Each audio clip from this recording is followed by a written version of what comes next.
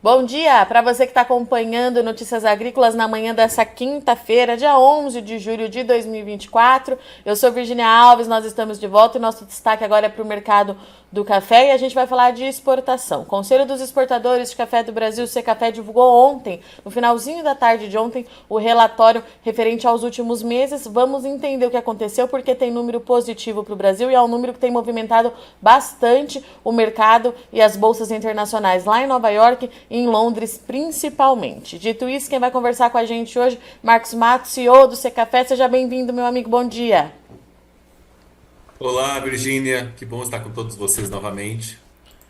Marcos, vamos lá então, porque os números eles são positivos, trouxe aí o recorde que já era esperado, né? A alta frente ao último ciclo que já era esperado, que a gente vinha monitorando junto ao Secafé, mas eu vou deixar para você trazer a informação então, quanto que o Brasil exportou e de que período que nós estamos falando.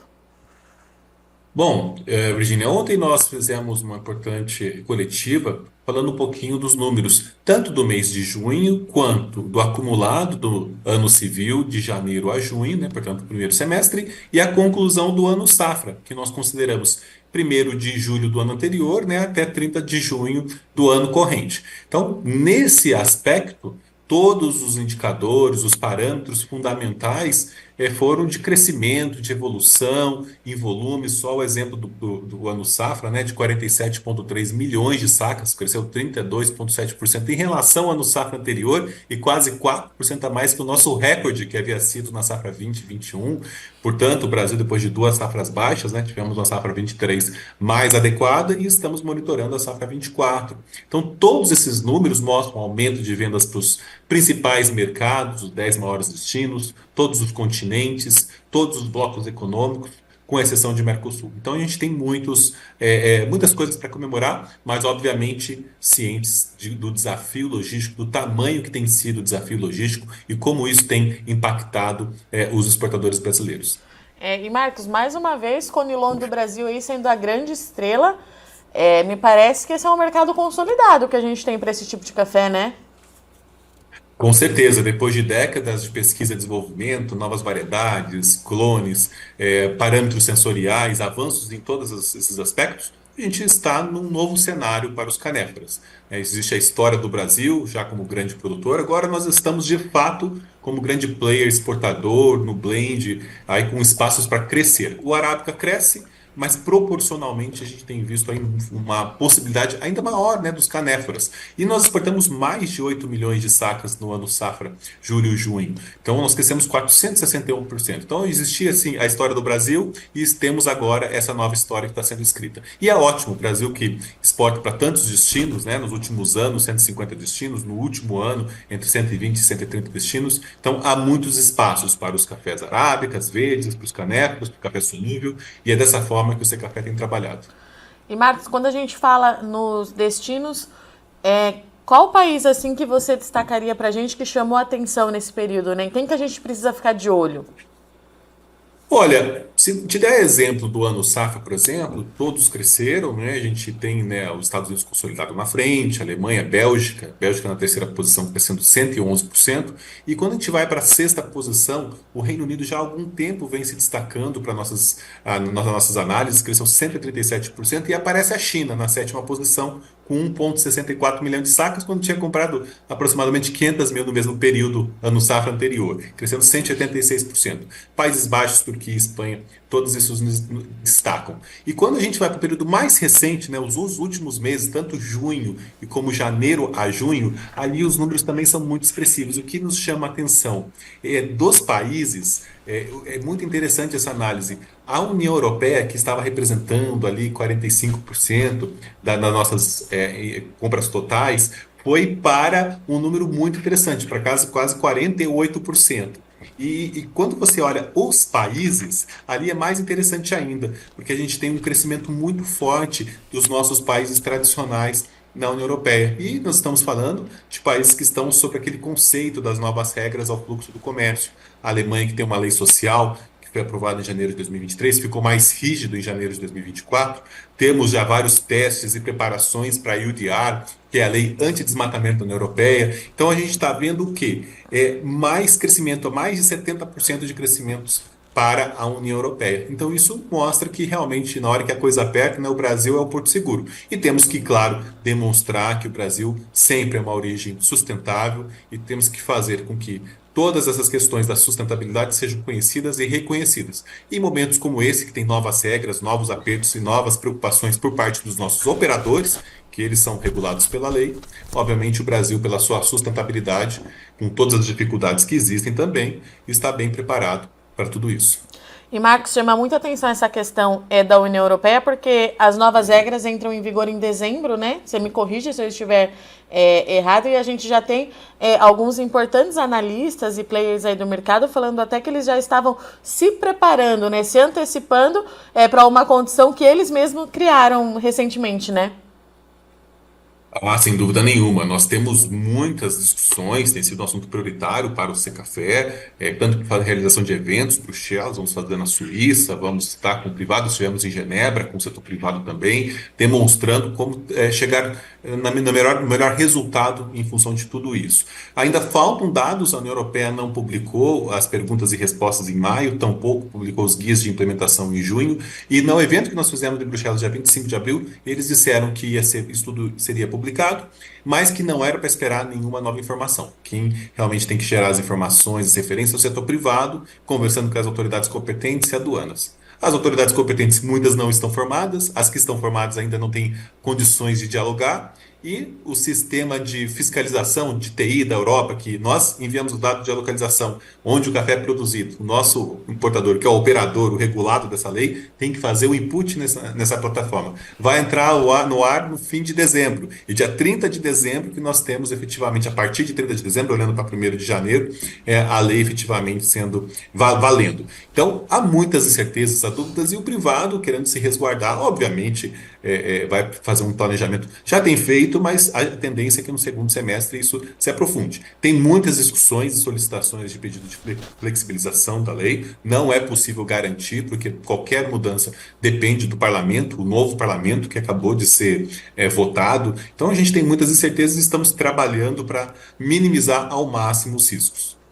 E, Marcos, vamos falar um pouquinho dessa disponibilidade do Brasil em atender outras origens produtoras, né? Esse é um ponto que vocês chamaram a atenção no relatório, a gente debateu um pouquinho isso ontem na coletiva, porque de fato chama a atenção que está todo mundo passando por algum tipo de problema na produção, né? Ah, com certeza. A discussão da anomalia climática ela afeta todos os países. E o Brasil sendo um país continental, nós bem sabemos o que passamos na safra 21, safra 22, e mesmo essas ondas, né, de altas temperaturas que vivemos, o rendimento mais baixo das colheitas da safra 24, que deve estar aí por volta de 60% de colhido, com uma proporção mais baixa de peneiras 15 e acima. Então, essa é uma realidade do mundo e o café é uma cultura perene, muito sensível a anomalias climáticas, precisa de ter temperaturas dentro de certos limites para sua fotossíntese. Então, tudo isso afeta. E nós, quando o Brasil tem uma produção maior, ele acaba atendendo também todos esses países produtores. Já é tradicional as estatísticas, a gente enviar cafés para países produtores. E eles, mesmo sendo concorrentes do Brasil, estão abertos para importar. Por quê? A ideia é gerar industrialização. Ao mesmo tempo que é um número que aparece nas nossas estatísticas, é um número para a gente refletir também. A livre iniciativa e o livre mercado, que fez com que caíssem as barras, as travas de barreiras, as cláusulas no antigo Instituto Brasileiro do Café, que era regulado, né, pela OIC internacional naquela época, o Brasil foi líder pela livre iniciativa. Então, talvez a gente tenha que fazer uma reflexão para a gente seguir no caminho da livre iniciativa e fazer como esses países, né? Trazer a industrialização e trazer tudo isso para o próprio país. Mas quando a gente olha nos números, o ano safra, por exemplo, o México foi um destaque muito grande e também compra, né, cafés para a industrialização, quase 790%, e vimos a Colômbia na segunda posição, seguindo nessa tradição de comprar muito café do Brasil. Temos também o Vietnã, com 479% no ano safra, né, em relação ao anterior, e a Indonésia com 196%. Todos esses dois últimos países produtores de robusta muito importantes no cenário mundial, comprando volumes significativos do Brasil. Obviamente, para atender o mercado, industrializar, reexportar, e nós sabemos que os países têm seguido essa linha, e com certeza é um exemplo para o Brasil também. E Marcos, vamos falar agora um pouco das condições logísticas, porque vocês ainda não soltaram o relatório oficial dos atrasos nos portos, enfim, mas é um problema que persiste, né? Sem dúvida nenhuma, com as anomalias climáticas, que é talvez junto com as principais preocupações, nós temos a logística. E para tudo isso a gente tem os deveres de casa, que cabe ao Brasil. Nós avançando nas boas práticas, o carbono, para gerar resiliência em melhoramento genético, para gerar resiliência em função das anomalias climáticas. Por outro lado, a gente tem que repensar toda a nossa infraestrutura. Frotas marítimas crescendo cada vez mais, nossos portos já esgotados, que não recebem esses navios maiores, o agronegócio crescendo, e para você falar de problemas logísticos, a gente tem que não olhar só o café, a gente tem que olhar com uma lupa o agro brasileiro. Agora, em junho, o Brasil, com muito orgulho, né, atingiu a posição de maior exportador de algodão do mundo, e ocupávamos a terceira, quarta posição, e ali estávamos por muito tempo.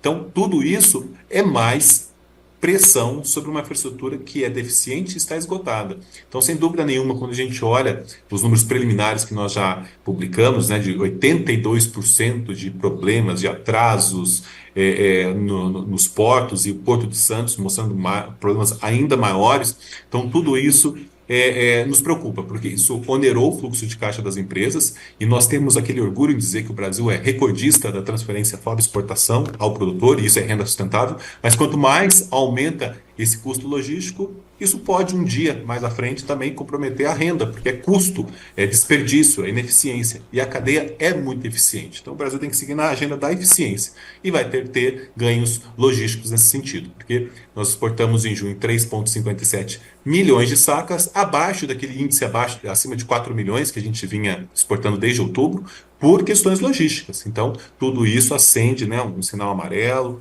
e vermelho para nós, que o Brasil precisa repensar a sua infraestrutura. Ou seja, o recorde também que a gente já bateu poderia ser ainda mais significativo, Marcos.